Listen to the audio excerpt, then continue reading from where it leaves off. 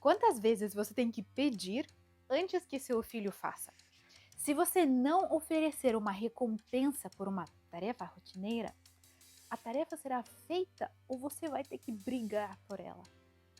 Como ensinar disciplina para nossos filhos que têm tanta distração na sua vida e nós, adultos, pais, temos tanta correria? Nesse vídeo eu gostaria de falar sobre 3 princípios de disciplina orgânica e natural. Lhe garanto que aplicando esses princípios na sua vida, esse ano terá muito menos birra e briga lá na sua casa. Eu sou Svetlana Samoilenko, sou psicóloga e mestra em aprendizado de adultos e eu estou aqui para compartilhar aquilo que já deu certo para centenas de clientes particulares e alunos nos meus cursos online. Seja muito bem-vindo aqui no canal. A pergunta de hoje vem de uma seguidora de canal que diz exatamente assim: como ensinar disciplina de forma respeitosa para nossos filhos? Como ser respeitosa sem ser permissiva? Como encontrar o equilíbrio? Se você segue esse canal, você sabe que eu presto muita atenção na linguagem que nós usamos, porque a linguagem, ela demonstra as nossas crenças e muitas vezes isso vale a pena uma reflexão. Então, a palavra aqui que eu gostaria de começar dentro da pergunta feita é a palavra equilíbrio. Gente, depois que eu li o livro do Nassim Taleb sobre antifragilidade, e tem uma playlist aqui no canal inteirinha sobre o assunto, essa palavra equilíbrio tem uma definição muito diferente na minha mente. Você sabe que tem várias modinhas por aí que estão buscando o equilíbrio perfeito entre trabalho e casa, vida pessoal, vida profissional, sei lá mais o que, sei lá mais o que. O Nassim Taleb diz, quando a gente reflete sobre o movimento é vida, que o equilíbrio perfeito somente se encontra em morte.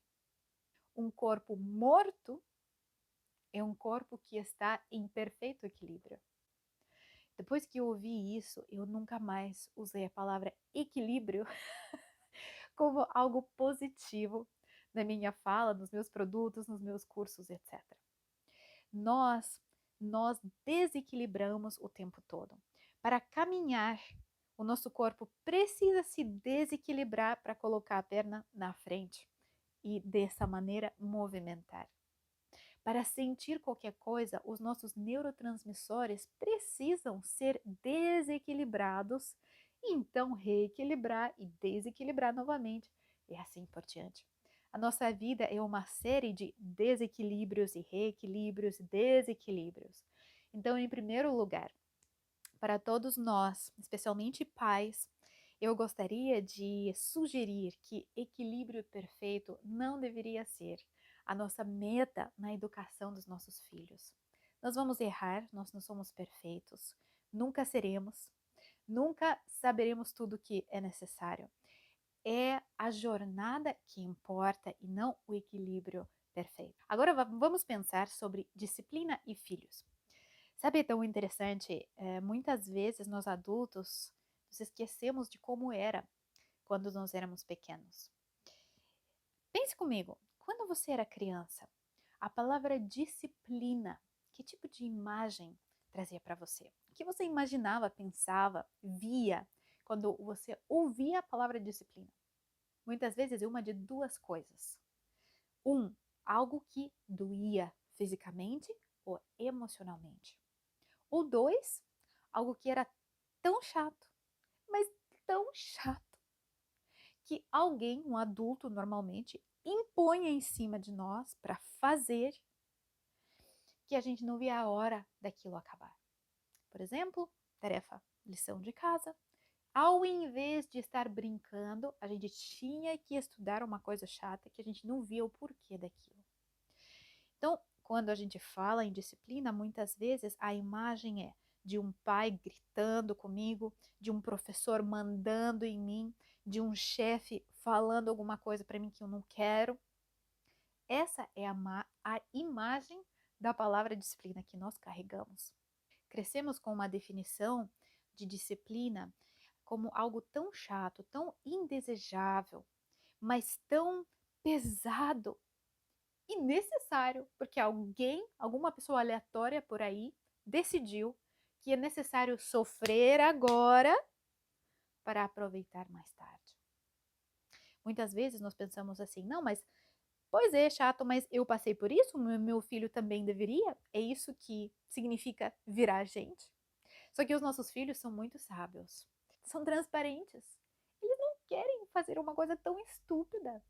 Por que que eu vou fazer uma coisa que eu não quero agora, sendo que eu posso fazer algo que eu quero agora?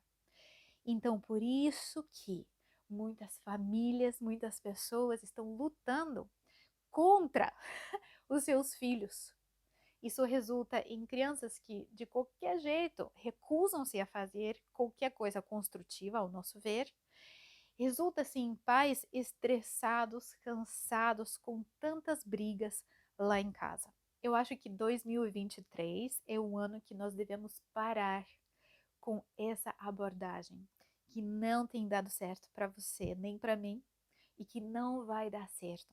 Porque o impulso natural de um ser humano é evitar sofrimento, não priorizar sofrimento. Então, a pessoa que decidiu que fazer uma coisa chata, que eu não gosto, que eu não quero agora para aproveitar algum benefício disso mais tarde, simplesmente não sabia se expressar da maneira mais motivadora que aquilo. E é isso que eu quero fazer aqui com você. Então, eu gostaria de sugerir 3 estratégias, 3 princípios de disciplina que vão fazer com que na sua casa esse assunto seja orgânico, respeitoso e leve. Em primeiro lugar, vamos ressignificar o termo em si. Pessoalmente, eu gosto muito do Stephen Covey, o autor, e se você segue esse canal, você sabe que eu tenho uma série inteira sobre o livro deles, Os 7 Hábitos das Pessoas Altamente Eficazes. E lá o Stephen Covey fala sobre a palavra disciplina e a raiz dessa palavra. Ele identifica essa raiz sendo discípulo. Alguns sinônimos do discípulo é seguidor, aluno e aprendiz. Então, aluno, seguidor, aprendiz, discípulo, do que exatamente quando a gente pensa sobre disciplina? A resposta é de uma lei natural ou de uma pessoa. Como cristãos, devemos ser discípulos de Jesus, não é isso? Mas tem mais. Como pessoas, como profissionais, como pais, devemos seguir e nos alinhar com leis de funcionamento desse universo, leis naturais. Eu vou dar alguns exemplos disso, e com esses exemplos eu espero que a palavra disciplina se torne um conceito muito mais leve para você. Então, quais leis são essas? A gente poderia falar em uma lei de gravidade. Você pode falar que ela não existe. Você pode se convencer na sua cabeça que ela não funciona em você. Você é uma exceção à lei de gravidade. Você pode tentar se convencer, você pode abrir um website, você pode virar um coach de gravidade. Mas qualquer coisa que você fizer, a lei de gravidade, ela se aplica a você sim. E se um dia você quiser decidir pular de um grande prédio, a lei de gravidade não vai parar de funcionar somente porque você achou que ela não existe.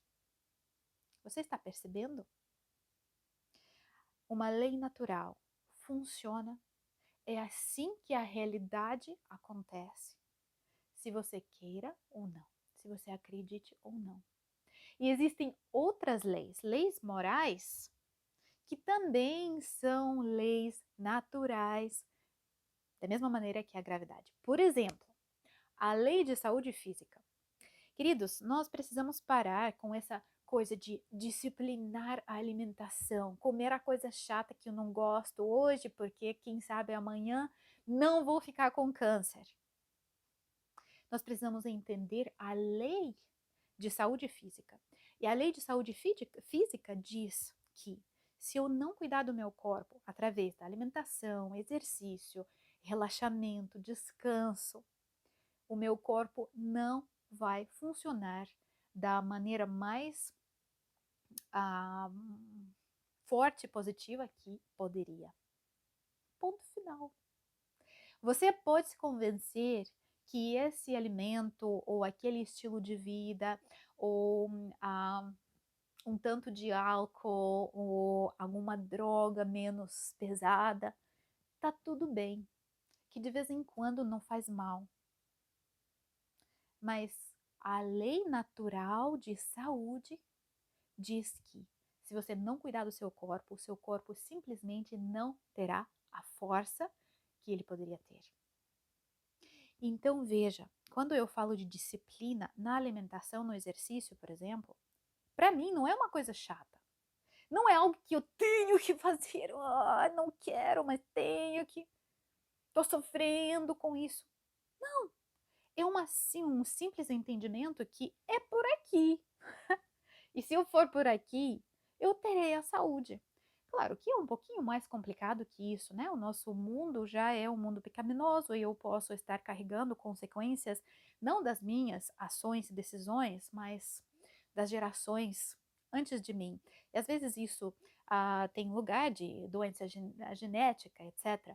Mas, de um modo geral, você está entendendo o que eu estou falando?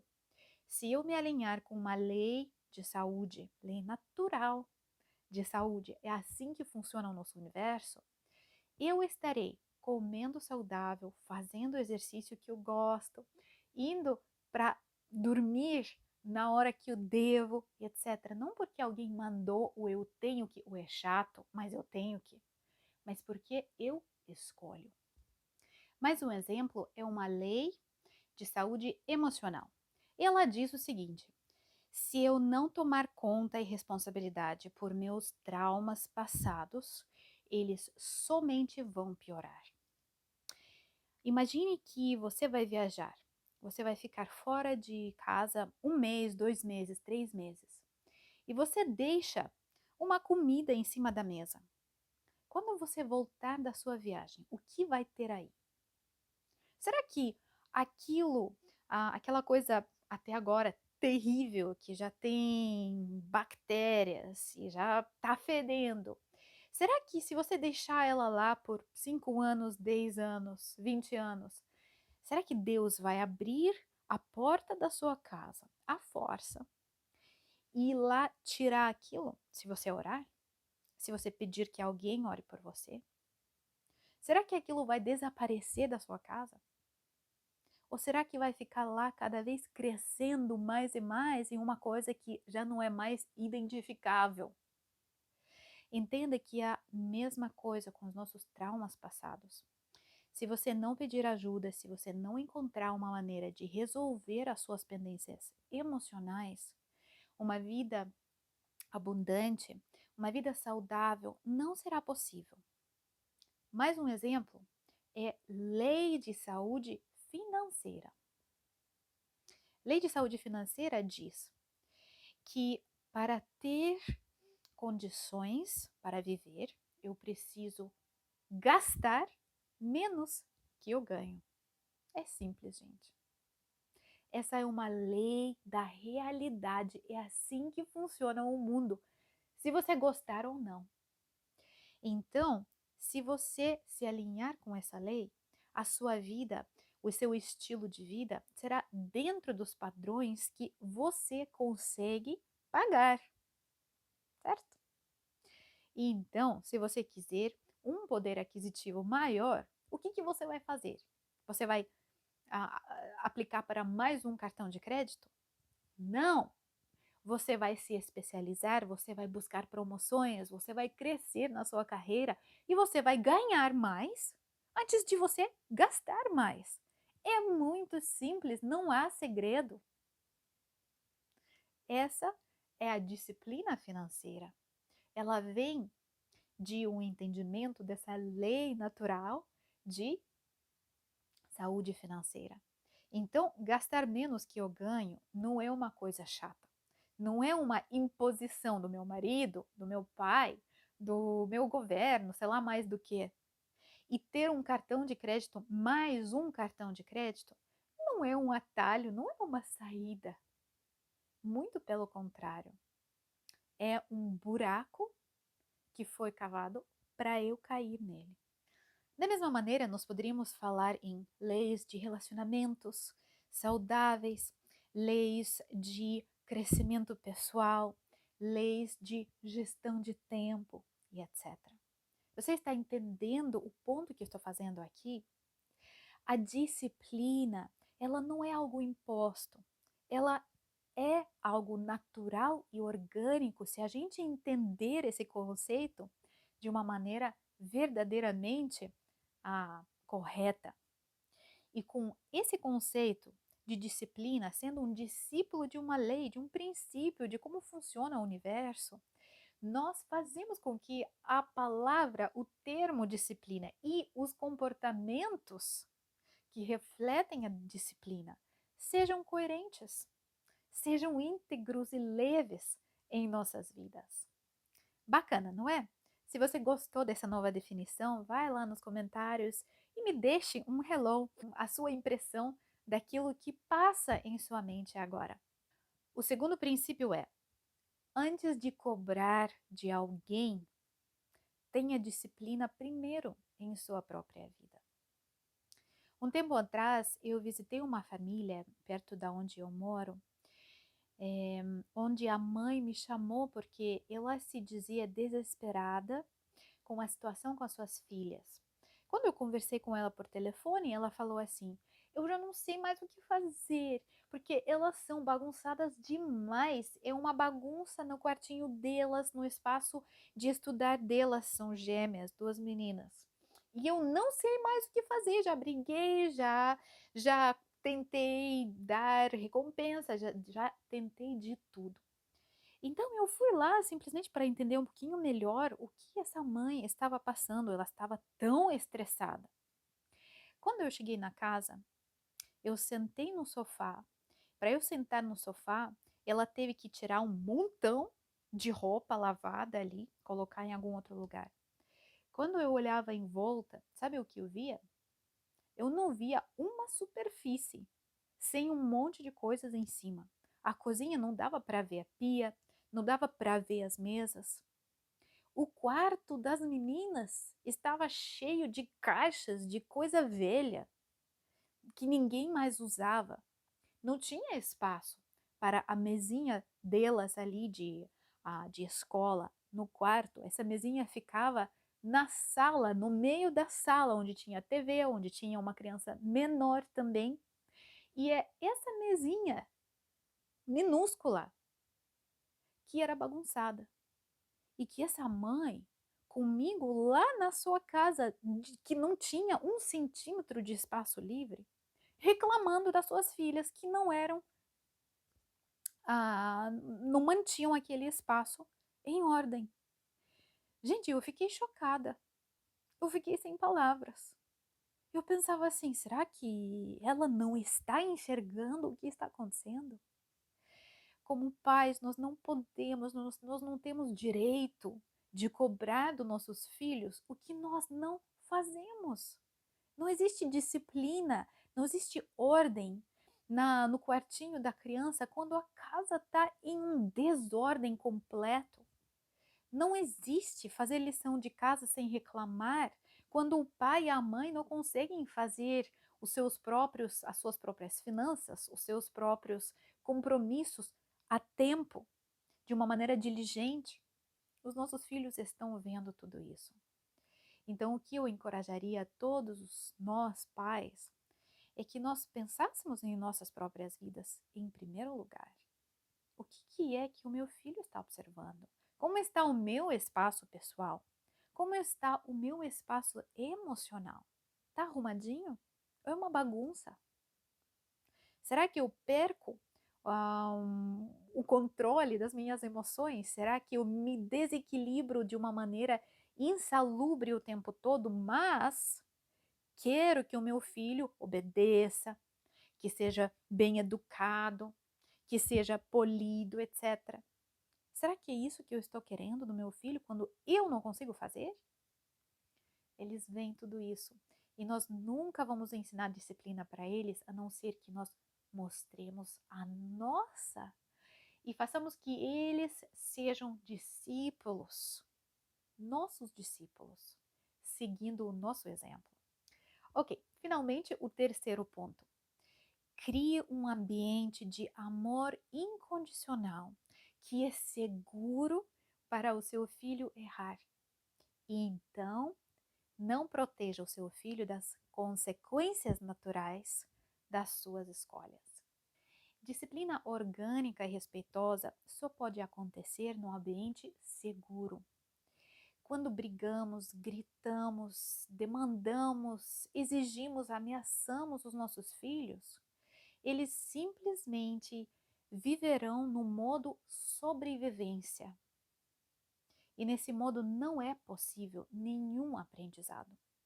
Para uma criança saber aprender, poder aprender, fisiologicamente falando, ela precisa se sentir segura. Só assim ela vai ter espaço mental para digerir os aprendizados positivos. Quando nós provamos para o nosso filho que nós sabemos acolher, ouvir, nós provamos para ele que ele pode nos seguir, seguir o nosso exemplo, ser o nosso discípulo e aprender essa disciplina natural. Aí sempre vai ter aquela pessoa que vai chamar isso de permissivo. Vai dizer que a criança não é disciplinada o suficiente, usando aquele velho termo de disciplina. Vai dizer que a criança está mimada só porque ninguém grita nela, só porque ninguém bate nela. Gente, isso é um sinal de como doente está a nossa geração, a nossa sociedade. As mães, especialmente, são julgadas o tempo todo por pessoas que não têm nada a ver com as nossas vidas. Mas tem um expert para tudo. Para sono, tem expert. Vão dizer como o seu filho deve dormir. Tem expert para comida, porque vai dizer como o seu filho deve ou não comer. E assim por diante. Tem expert para tudo por aí. Tem um coach para tudo por aí, não é? Não caia nessa louquice. Se baseia, se enraiza em fontes confiáveis, se mune de informações e então confia no seu coração, confia na voz de Deus, do Espírito Santo que está mostrando para você por onde ir com o seu filho. Estabeleça uma cultura de segurança na sua casa e a partir disso, o seu filho estará aberto a receber os seus conselhos, a ouvir sobre as suas expectativas e também enfrentar as consequências naturais dos seus próprios atos. Vamos pensar, por exemplo, em nota baixa na escola. Normalmente, nota baixa na escola significa uma falta de estudo prévio. Para algumas crianças, no temperamento delas, isso já será terrível o suficiente e você não precisará fazer nada além de simplesmente a criança ter recebido aquela nota ruim para ela estudar mais. Eu era uma criança assim. Vai ter crianças que precisam sim de consequências maiores, porque somente a nota baixa não é uma consequência intrinsecamente ruim para elas. Minha irmã, por exemplo, nunca tinha medo de nota baixa. Então, os meus pais tiveram que instituir outras consequências para que ela aprenda a ter disciplina no seu estudo. A disciplina verdadeira no estudo vem de um entendimento do porquê aquele estudo é importante. A criança pode pensar que aquela matéria não é relevante, que aquele tema não tem nada a ver com a vida dela. Isso pode até ser verdade, porque o nosso sistema educacional, a gente está cheio de coisas que não tem nada a ver com nada. E você sabe disso.